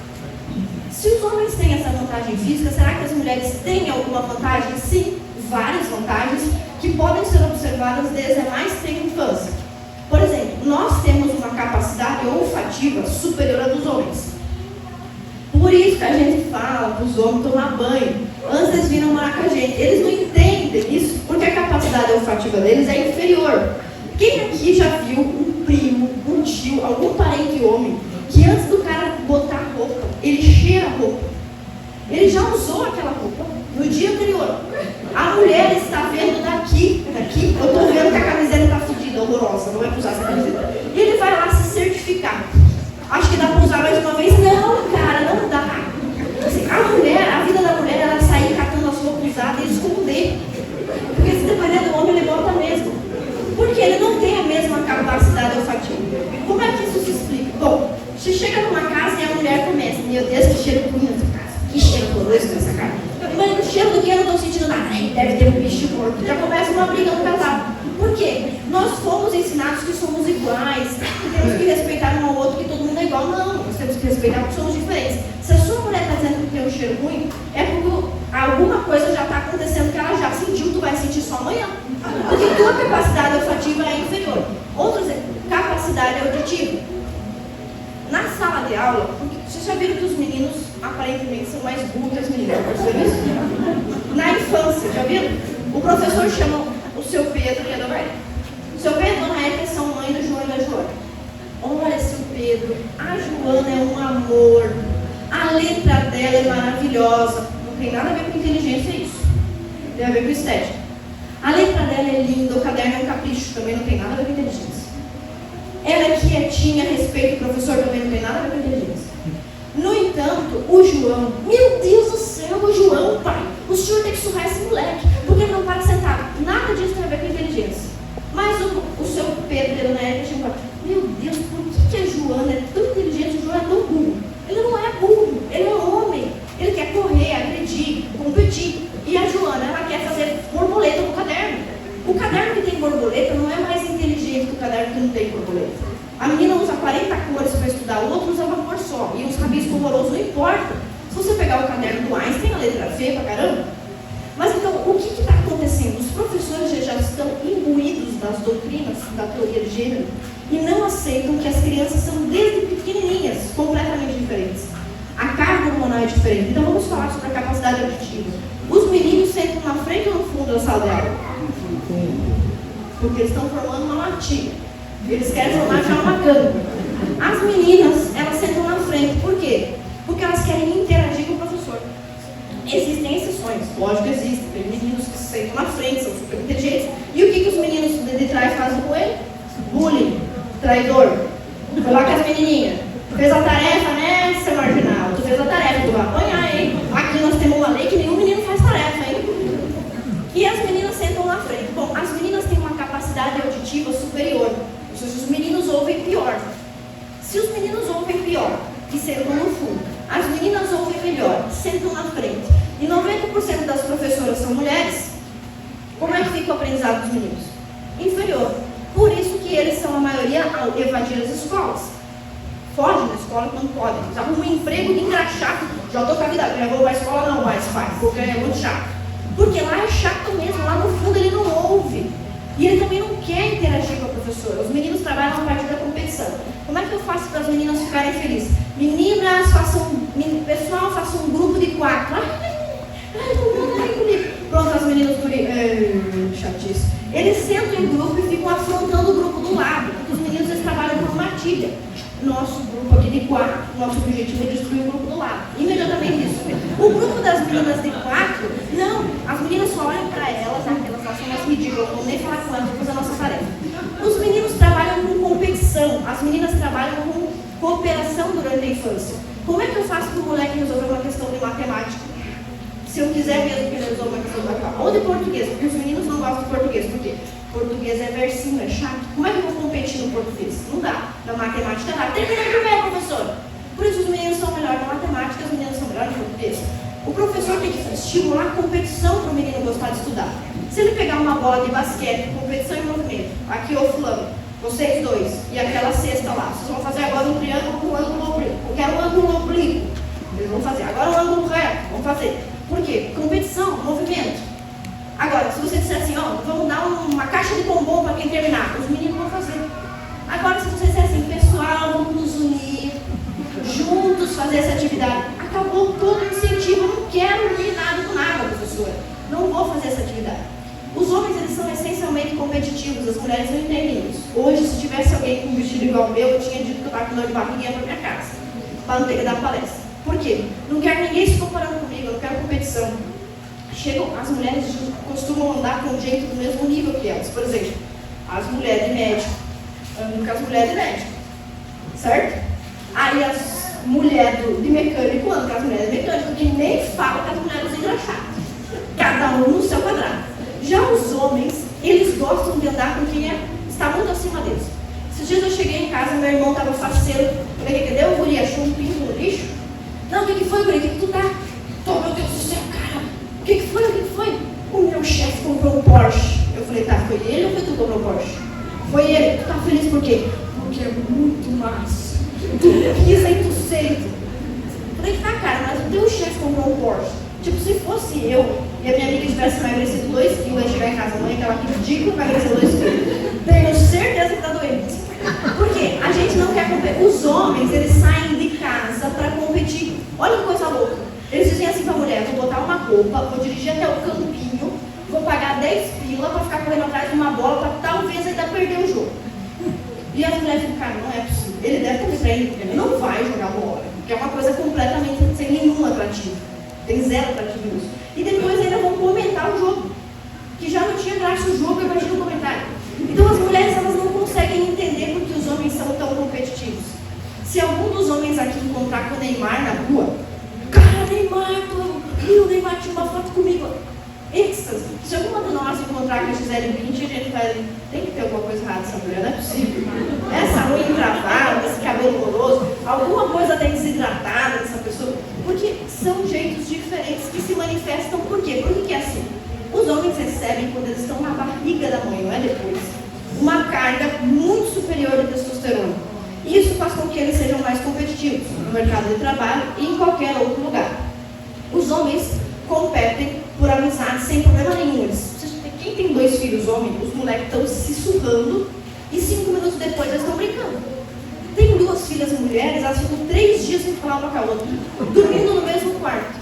Por quê? Nós somos diferentes na nossa capacidade olfativa, na nossa capacidade auditiva e na nossa acuidade visual. Ah, mas eu conheço uma mulher que é uma excelente engenheira, inclusive ela é piloto de trem. Uma máquina de trem. Tá, beleza, uma exceção. Vamos falar sobre a regra. A nossa acuidade visual, nós mulheres, a gente dá uma olhada tipo assim, né? Chega em casa e diz pro marido, tu viu aquela mulher que estava 3 cadeiras atrás do Guilherme? Que ridículo aquele colar dela. Eu nem vi mulher e nem colar. As mulheres não prestam, os homens prestam atenção em uma coisa, porque provavelmente os homens estão olhando para mim, né? As mulheres já viram meu cabelo, meu sapato e tudo mais. Então os homens vão fazer uma baliza. Já viu como é que eles conseguem fazer a baliza? Entrou o carro. Mano, que isso? Por quê? O foco deles é o carro na vaga. Nós mulheres, o nosso foco é cadê o retrovisor, cadê o pneu? Será que eu risquei? É muito foco. Aquele negócio branco, com certeza vai riscar a roda do carro. As mulheres não se perguntam onde está a roda do carro. Exatamente onde ele está. Será que está a 15 centímetros do meu pé? Os homens parecem que intuitivamente eles sabem onde está a roda, não é? Bom, ao mesmo tempo, esse mesmo cara que faz baliza em 15 segundos, ele abre a geladeira e diz: cadê a margarina? Por quê? Dentro da geladeira tem 50 elementos e ele fica lá passou, não achei a margarina, de novo. Aí ele faz a conta. Se eu for olhar até embaixo de novo, vai muito tempo. Então, amor, onde está a margarina? E a mulher grita do banheiro: embaixo do mel, do lado do queijo. Aí agora, mel, queijo, achei. Por quê? A nossa visão é ampla, a dos homens é objetiva. Os homens procuram movimento, as mulheres procuram detalhes. Então, a maioria dos homens conhece verde, azul, preto, preto claro, que é o cinza, ou branco escuro, que é o cinza, azul, marrom e acabou as cores. Com exceção do meu marido, que embora seja policial, tenha 120 quilos, ele conhece rosa, nude, rosa chá, uma coisa bem duvidosa na personalidade dele. Mas, até agora eu não vi mais nenhum sinal, estou de olho. Mas olha só, essa diferença na nossa acuidade visual faz com que as mulheres escolham mais tecidos. Mas olha a nossa roupa tem vários tecidos, tem vários formatos. A roupa do homem é calça, jeans e camiseta. E se der uma variada, já está jogando no time do Pablo Vittar, já, né? O que é essa camisa rosa aí, cara? O que é esse sapato brilhoso? Todo mundo já olha estranho. Bom, como é que isso se revela lá na infância? E vai dar traços da nossa personalidade ao longo do tempo? Coisas que a ideologia do gênero vai destruir nas nossas crianças. Como é o nome desses dois pequenos aqui? Pedro, é nome de crente, a família evangélica firme, tá? Bom, o Pedro e a Rebeca, quantos anos eles têm? 10 e 11. Eu não sei se é isso, talvez se não for, não me desminta para não estragar minha palestra. Mas o Pedro e a Rebeca, os dois estão na mesma sala, vamos supor, e a professora, pedagoga, mulher e feminista provavelmente, vai dizer o seguinte: crianças, hoje é dia de desenho livre. Ó, desenho livre, vamos fazer desenho, certo? Livre. O que é desenho livre? Cada um desenha o que quer, não veio palpitar no meu desenho. A Rebeca, é óbvio que a Rebeca vai fazer uma casa, né? Não sei, né, mãe? Não me desmente. Tá. Mas a maioria das meninas vai desenhar uma casa que tem uma porta e 2 janelas. Não é 4 janelas e não é 2 portas com uma janela. É uma porta e 4 janelas e 2 janelas, geralmente. Aí, a Rebeca vai desenhar um sol. Isso vamos imaginar quando ela tinha 6 anos ou 5. Ela vai desenhar um sol. O sol da Rebeca tem olho e boca. Alguém já viu o sol com olho e boca na sua vida? Nunca. Mas as meninas desenham olho e boca em tudo, porque elas procuram contato visual, elas querem personalizar a relação. Por isso que a gente faz psicologia, que é a fofoca profissionalizada. Por isso que a gente faz pedagogia, que é poder dar ordem para alguém sem ninguém nos contestar. Tudo tem a ver com a pessoalização, a gente quer lidar com pessoas. Por que não tem muita engenheira do petróleo? Porque quem é que quer ficar embarcado num troço de petróleo, longe de todas as fofocas que estão em terra plana, né? Em terra firme? Ninguém, né? A pessoa vai ficar lá com um monte de homem que não fala de nada, só de um líquido preto, não tem graça nenhuma. Então, as mulheres escolhem outras profissões. O que mais que ela vai fazer? Pessoas, é óbvio que ela vai fazer pessoas. Porque ela procura pessoas. Ela vai fazer uma borboleta maior do que a casa. Por que a borboleta é maior que a casa? Porque tem que caber o olho e a boca da borboleta. Então, a criança, a mulher, a menina, ela está sempre procurando interação humana. É por isso que o marido odeia quando a mulher fala: bem, vamos conversar. Por que ele odeia? Porque a mulher quer conversar 80.000 palavras. E ele gostaria de falar o seguinte: viu, vamos fazer uma planilha aqui no Excel. Qual que é o problema? Possibilidades de solução. Em 5 minutos vamos chegar a uma conclusão. A mulher não, ela quer saber o que ele pensa. Mas não penso nada, né? Não, mas alguma coisa tu pensa, tu não quer dizer. Então, ela quer interagir, ela quer procurar olho e boca. Quando a mulher está discutindo com o marido e ele olha para o lado, ela diz: olha para mim que ele está falando. Aí ele responde: mas eu escuto com o ouvido. Que ridículo, né? Então, o menino, o Pedro, diferentemente da Rebeca, o Pedro vai desenhar o seu desenho lá, vai terminar antes, provavelmente, e a professora vai chegar para olhar o desenho da Rebeca. Meu Deus, Rebeca, que lindo, colorido, amarelo, azul, verde, sorrindo, todo mundo está feliz. Aí ela vai olhar o Pedro: meu Deus, Pedro, o que é isso que tu desenhou? Só tem preto aqui. Não, professora, é que a senhora não entendeu. Preto e vermelho, naturalmente. É que é o Batman estrangulando a Homem-Aranha. Aí a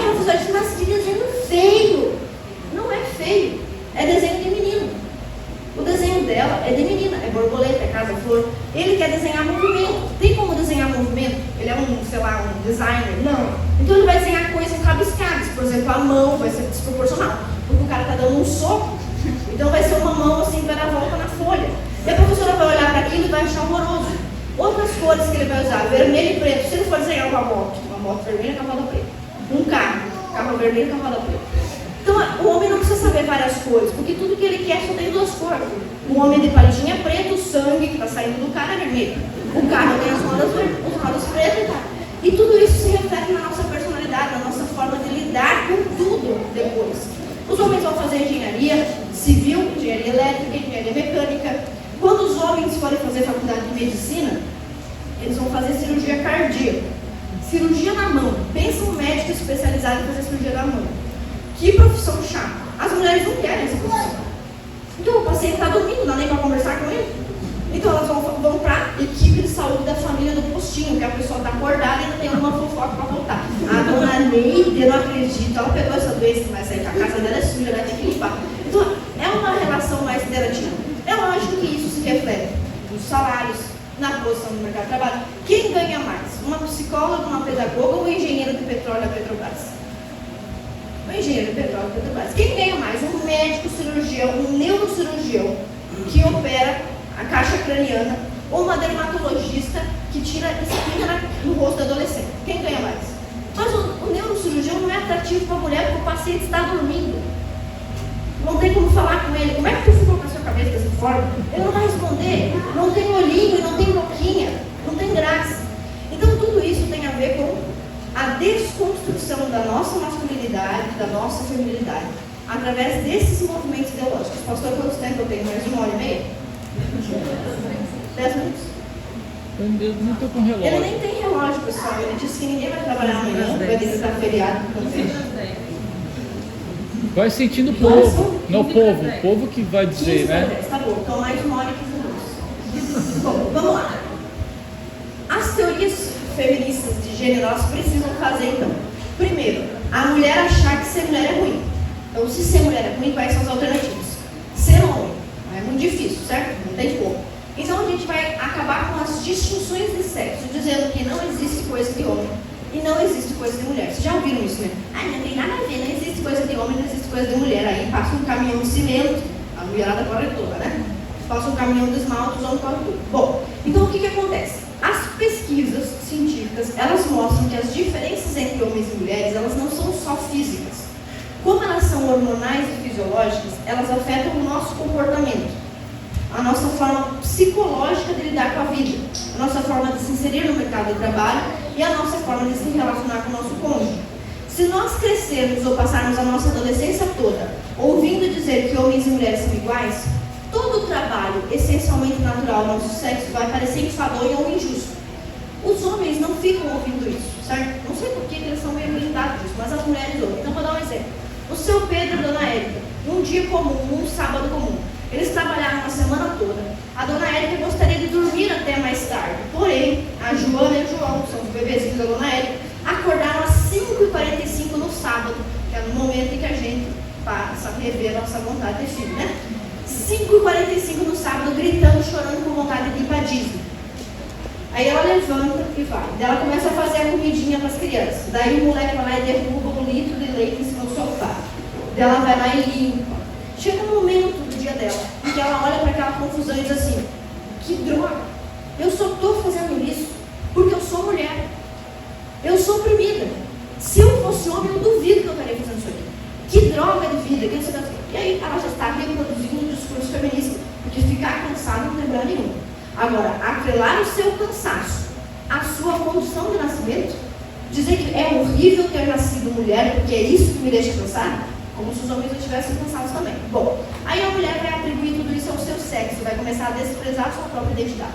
O marido, o seu Pedro, da mesma forma, ele acordou, achou que ele assistiu o jogo do Flamengo, mas estourou a calha e o vazamento da caixa d'água. Ele vai lá, troca a caixa d'água, daí a calha não conserva, daí ele quebrar, ele quebra uma telha, porque ele subiu uma telha, quebrou a telha, para comprar a telha. Acabou o sábado dele. Quando ele vai lá na loja de ferragem para comprar a telha, fura o pneu do carro na chuva, ele tem que trocar o pneu do carro. Não tem como as mulheres saberem o que os homens pensam. Mas olha, eu vou dizer isso porque vocês depois podem entrevistar os maridos de vocês. Muito raramente, o homem que está trocando um pneu na chuva, cansado, droga. Eu odeio esse homem. Eu só estou trocando esse pneu porque eu sou homem. Se eu fosse mulher, eu estava lavando uma louça. Eles não pensam nisso. Porque não existe esse discurso, olha como o seu homem é ruim, olha como o seu homem é sofrido. Os homens, eles ouvem o seguinte: você tem que lutar até morrer e trabalhar até morrer, cara. Vai, só vai. Não reclama e vai. Isso dá aos homens uma força, uma disposição quase imbatível, que só acaba quando eles pegam uma gripe, eles quase morrem. Mas é uma força. O cara perde emprego, o cara já casou 15 vezes, 15 divórcios, ele perdeu 15 casas. Ele vai lá, continua. Porque eles ouvem mensagens de que ser homem é bom. E a mulher, desde 1960, ouve mensagem de que ser mulher é ruim. Então veja, você é capaz de criar um bebê sem fazer nada. Você só tem que tomar as vitaminas e se alimentar. E depois nasce um ser humano dentro de você. Os homens não conseguem fazer isso. Não tem jeito, o maluco vai trabalhar 80 anos numa máquina para clonar a ovelha Dolly e vai sair a ovelha Dolly. Não vai sair o filho que você fez. Só que o movimento feminista faz a mulher ver toda a sua circunstância natural como algo mal e ver toda a circunstância do homem como algo bom e invejar a circunstância dele. Nesse momento, bom, o que dizem as pesquisas sobre ser homem e ser mulher? As feministas erram ao afirmar que o gênero é uma construção social, uma invenção da sociedade, ou seja, elas dizem que você só é mulher como dizia Simone de Beauvoir. O sexo ou a biologia não são o destino, ou seja, você pode negar o seu sexo, negar a sua biologia. E o pesquisador Dr. Leonard Sachs, que não é um religioso, inclusive o nome do livro dele, Por que Gênero Importa, já mostra que ele não é bem um conservador, porque um conservador nem usa a palavra gênero, o conservador usa a palavra sexo, né? Então ele já é um cara meio progressista. Mas ele diz o seguinte: as feministas erram ao afirmar que o gênero é uma construção social, uma invenção da sociedade. Não é. É um fato biológico da nossa espécie, assim como nos gorilas, nos chimpanzés e em todos os outros primatas. O gênero, ou seja, o sexo, é reconhecido no nascimento, quando o obstetra faz um parto, vê um pênis e anuncia que é um menino. Não se trata de uma determinação, e sim do reconhecimento de um fato. Nos últimos 15 ou 20 anos, houve uma explosão de pesquisas documentando a influência do sexo em todos os níveis da função cerebral. Essa revista, Neuroscience Research, é uma revista que reúne centenas de estudos sobre sexo e gênero para mostrar que há uma relação direta entre uma coisa e outra. A onda de estudos sobre esse assunto é tão poderosa que a forma padrão de desprezar as influências sexuais foi completamente refutada para os que reconhecem o valor da pesquisa. 73 artigos expostos nesse volume documentam enfaticamente que as influências sexuais das funções cerebrais são onipresentes. Ou seja, a testosterona, os hormônios que você recebeu na barriga da sua mãe vão determinar muitas coisas na sua vida. Existem estudos que mostram, inclusive, que os filhos primogênitos, o primeiro, ele se dá estatisticamente melhor na vida do que o caçula. Que loucura, né? O caçula é mais mimado. Mas as estatísticas mostram isso. Quem tem 2 filhos sabe por quê. No primeiro filho, a gente tira 85 fotos, a gente compra 45 roupas por dia para a criança, não deixa nem a criança respirar. E super estimula a criança. Fala abacate, fala peixinho. No segundo filho, tu fala: para de falar hoje, vai incomodando, só vai falar com a tua irmã. Nem tira mais foto do moleque, esquece o aniversário da criança. Quando tem 4 filhos, então eles já chamam por número: 1, 2, 3 e 4. A gente faz o Bolsonaro, né? Que a gente chama por número. Por quê? O que esses estudos mostram? Olha, o que você recebe de carga hormonal e o que você recebe na sua criação, juntos eles podem potencializar. Se o que você recebeu dentro da barriga da sua mãe, testosterona, começar a ser corroído pela sua criação, você vai ficar mais fraco e não mais forte. Então, se você tem um menino e você cria ele como um menino, ele tem mais chance de ir mais longe. Se você tem uma menina e cria ela como menina, ela tem mais chances de ir mais longe. Hoje, por exemplo, quando você pega um menino na escola e pergunta se ele gosta de desenho, ele diz o quê? Eu odeio desenho. Desenho é coisa de menina. Mas peraí, Da Vinci era menino? Michelangelo, Rembrandt, os grandes, Rafael, Donatello, esses caras eram menina? Todo mundo era menino. O que acontecia no passado para que os meninos se tornassem grandes poetas? Quem é Luiz Vaz de Camões? É um homem ou uma mulher? Pergunta para um menino hoje de 8 anos: você gosta de poesia? Eu odeio poesia, coisa de menino. Não é. Poderia ser um grande poeta se tivesse a poesia para um menino. Mas como os professores acham que não há diferença, eles ensinam matemática, como se ensina para um menino, ensinam para todo mundo. E português, como se ensina para uma menina, ensinam para todo mundo. Assim os meninos pegam ódio de português, as meninas pegam ódio de matemática. E você acabou de matar uma grande matemática, uma grande astronauta, um grande engenheiro do futuro. Então essas pesquisas mostram que se você supervalorizar, se você valorizar as características naturais de uma criança, você pode potencializar o seu futuro. Para concluir, a gente vai falar sobre uma história que demonstra perfeitamente. Conhece essa história? Quem não conhece, levanta a mão. Isso, todo mundo conhece, mas todo mundo não conhece. Bom, é o seguinte. Lembra daqueles livros que a gente mostrou no final, no começo? Eram 5 livros. Né? Então, 1, 2, 3, 4. O quarto livro muito importante para a ideologia de gênero é esse daqui. Os papéis sexuais. É o único livro do Dr. John Money que foi traduzido para o português. Mas em inglês existem vários livros dele. Muitos mesmo. Eu estou terminando. Meu assessor fica fazendo assim para mim, ó. Vai demitir esse cara, tá mostrando. Pelo amor de Deus, tá? Vamos lá. Esse livro do Dr. John Money conta essa história. Ele conta um experimento que ele teria feito nos Estados Unidos com um casal de gêmeos que ele chama de João e Joana.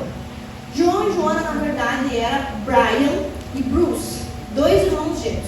O Dr. John Money era um pesquisador do psicossexo. Ainda não existia essa palavra chamada ideologia de gênero. Então ele é um dos primeiros a conceber a teoria de gênero, que estava criando.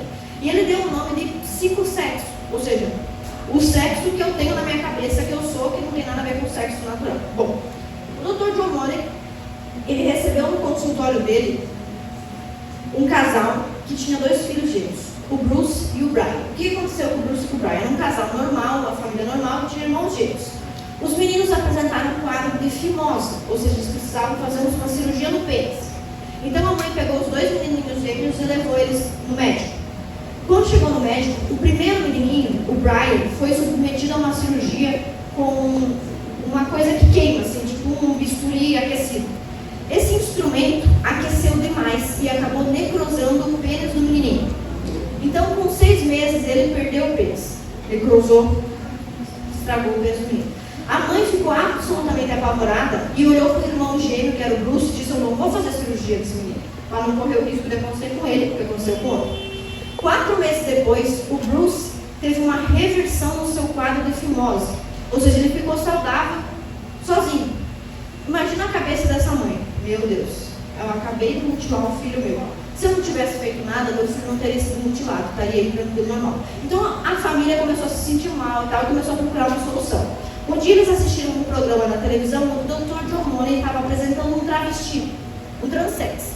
Era um homem que o Dr. John Money tinha transformado em mulher, cirurgia, hormônio e tudo mais. Então, eles viram o Dr. John Money e foram procurar por ele no hospital Hopkins, que é ligado à Universidade de Hopkins. Quando eles chegaram lá, o Dr. John Money convenceu eles: olha, eu sou um pesquisador que devo desenvolver uma teoria aqui, que é a teoria do psicossexo. Se nós criarmos uma menina como se fosse um menino, ou um menino como se fosse uma menina, se a pessoa não souber, a gente vai conseguir fazer com que ela seja qualquer coisa. Lembra da Mary Wollstonecraft de 1790? Ela dizia o seguinte: se você criar igual, eles vão ser iguais. Então, a forma como a criança vai se comportar depende da forma como eu vou criá-la. O Dr. John Money, 200 anos depois, estava cucado com essa ideia e desenvolveu essa teoria do psicossexo. Então, ele convenceu os pais do Brian e do Bruce: nós vamos fazer o seguinte, vamos pegar o Brian, não vamos contar para ninguém, vocês vão mudar de cidade. Nós vamos pegar o Brian e vamos criar o Brian como se fosse Brenda. Esse aqui é o Bruce e essa aqui é a Brenda, tá vendo? Irmãos gêmeos idênticos, tá vendo? Então, desde pequenininho, o Dr. Money falou o seguinte: nós não vamos contar para ele que ele é um menino mutilado. Nós vamos criar ele que é uma menina, nós vamos vestir ele que é uma menina. Quando ele tiver 15 anos, a gente vai fazer uma cirurgia, vamos tirar o que sobrou do órgão genital dele, vamos colocar uma vagina no lugar e nem vai saber. Vai funcionar super certo, porque essa é a minha teoria. É a teoria de gênero. Você explica para a criança que se sente mulher, vai ser mulher simplesmente, que se sente opressão, basta se sentir e ser criado dessa forma. Beleza. Aí o Bruce cresceu meninos e o Brian mudou seu nome para Brenda. E eles cresceram, ok, tudo bem. Aí aqui a gente chega no ponto principal. Não vou falar, eu vou mostrar um vídeo do próprio Brian falando. Quando ele tinha 15 anos, daqui a pouco vocês podem procurar o vídeo para mim, 51. Quando o Brian tinha 15 anos, que já era Brenda, o Dr. Diamond, que era inimigo do Dr. John Money, olha como é importante dentro da universidade, dentro do hospital, dentro de qualquer campo científico, você tem I was never happy as Brenda. Pode pôr. Never. And I'd slit my throat before I go back to that. I'd never go back to that. It didn't work because that's life. Because you're human. You're not sleeping. And eventually, you end up being who you are. Pode segurar. Pode segurar que você vai ver esse vídeo de novo daqui a pouco. Vocês viram o rosto dele como é um pouco diferente assim, do rosto normal? Claro, ele foi submetido a tratamento hormonal desde que ele nasceu até os 15 anos. O Dr. Diamond era um pesquisador da mesma universidade, só que ele era meio desconfiado com o Dr. John Money. E tá bem estranho. Esse Dr. John Money ficou falando por 15 anos desse experimento João e Joana. Ganhou dinheiro com esses experimentos, foi na Fátima Bernardes, foi no Big Brother, foi no Faustão, ganhou um monte de dinheiro dizendo que ele tinha descoberto que uma criança pode ser criada como um menino e vice-versa.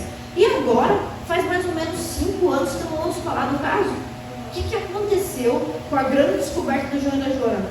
Aonde é que foram parar esses caras? Então, olha que importante você ter concorrência na pesquisa científica. Olha, é consenso entre os cientistas tal coisa. Estranho. Estranho, é consenso é estranho. Ciência não é consenso. Ciência é disputa de hipóteses. A menos que você esteja falando da lei da gravidade. Aí tudo bem, né? É uma coisa consolidada. Mas, no geral, é tudo confronto. Então, o Dr. Diamond começou a confrontar as coisas. Que estranho esse negócio. Vou pesquisar. Aí o Dr. Diamond encontrou a Brenda, que era uma menina que, segundo os livros do Dr. John Money, adorava se vestir como menina, se comportava como menina, era dócil, era uma menina. Quando o Dr. Diamond encontrou a família, descobriu, conversou com a família, que a Brenda, na verdade era o Brian, desde pequeno rasgava os vestidos. Eu não sabia que ele era um menino, ele rasgava os vestidos, ele não queria. Na escola ele não tinha amigos, porque ele era agressivo demais para brincar com as meninas, mas os meninos também não queriam brincar com ele, porque ele estava de vestido. Então ele teve uma infância e uma adolescência problemática. Tudo foi sofrido na vida dele, porque ninguém falava a verdade para ele. Ele achava que era uma menina, mas ele não estava se sentindo menina. Ele brigava com o irmão. Aí tem a parte mais macabra. A gente vai falar, mas tem os depoimentos dos dois. O Dr. John Money, para fazer os dois entenderem a diferença entre homens e mulheres, fazia com que os dois irmãos, inclusive, simulassem cena de sexo entre eles, no consultório. Está tudo registrado em documentos. Tem um outro livro chamado Sexo Trocado, publicado no Brasil por um médico chamado Dr. John Cola Pinto. Engraçado esse sobrenome, né? Vou falar justamente desse assunto porque eu não sou sobrenome dele. Mas, enfim, o Dr. John Cola Pinto fez uma pesquisa com todos os dados. Pô, é engraçado, não é? Pastor, o senhor me desculpa. Bom, então ele fez uma pesquisa com todos esses dados e ele verificou que o tratamento que foi empregado para essas crianças foi um tratamento completamente antiético. Inclusive, o Dr. John Money tinha dito para os pais que eles deveriam fazer sexo e andar pelado na frente das crianças para que elas entendessem a diferença entre um homem e uma mulher. Cara, precisa disso. Os senhores todos aqui não sabem a diferença entre homem e mulher sem nunca ter visto nada disso? Então, olha só, os pais, a gente nunca passou por esse experimento e a gente continua sabendo a diferença. Bom, e aí o Dr. submeteu ele a tudo isso aí. Quando o Dr. Diamond encontrou a Brenda, era uma pessoa completamente transtornada. Quando ela tinha 14 anos, ela disse assim para o pai: eu não volto mais nesse médico. Se eu voltar nesse médico, alguém tentar fazer qualquer cirurgia em mim, eu vou me matar. Aí, diante dessa ameaça, os pais pararam de levar a criança no Dr. John Money. Mas depois, quando o Dr. Diamond encontrou, fez um documentário que foi divulgado pela BBC, que foi divulgado pela BBC. Ó, você vai gravar sua história e nós vamos documentar isso. Porque o Dr. John Money ficou 15 anos defendendo o psicossexo, teoria de depressão de gênero e tal, baseado na sua história, e a sua história é o maior fracasso que eu já vi na minha vida. O cara estava estéril, obviamente ele já esteve estéril por causa que foi mutilado, e aí depois ele mudou o seu nome. Olha, você descobriu então que você sempre foi um menino, ele se sentiu aliviado. Bota de novo o depoimento dele enquanto ele descobriu tudo que tinha feito com ele. I was never happy as Brenda. Never. And I slit my throat before I go back to that. I'd never go back to that. It didn't work because that's life. Because you're human. You're not stupid. And eventually, you wind up being who you are.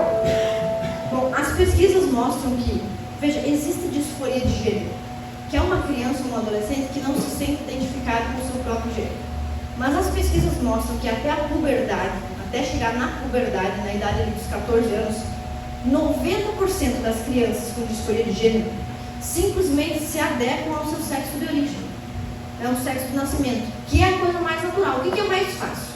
Eu me sentir o que eu já sou ou eu me sentir o que eu não sou? No entanto, a ideologia de gênero está na escola, na medicina, nas universidades, para incentivar o tratamento precoce de troca de sexo, hormonal inclusive.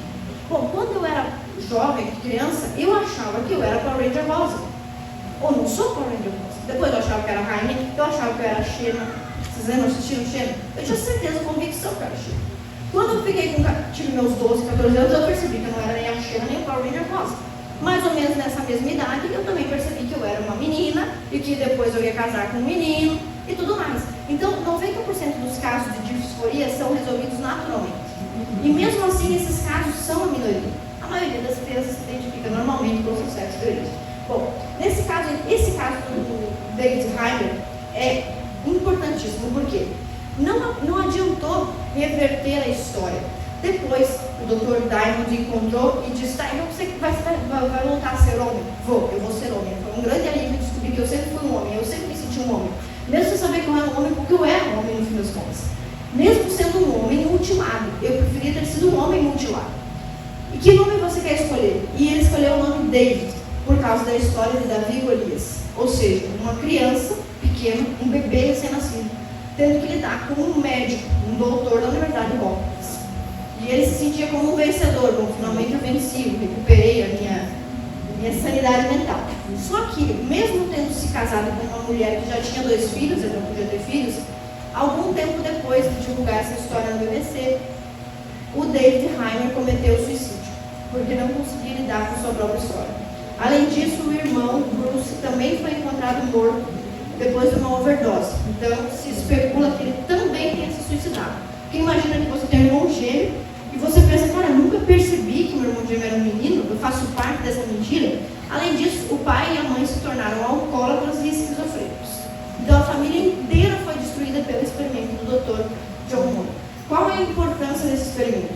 Mostrar para vocês que essas pessoas que falam sobre isso, elas tentam passar um ar de que elas são científicas. Vocês já perceberam isso? Nós somos os científicos, nós somos os caras da ciência, os investigativos, e vocês são os malucos obscuros da religião sinistra. Não é isso? Mas não é. Os experimentos que eles fizeram não é só ele. O Dr. John Moore é um deles.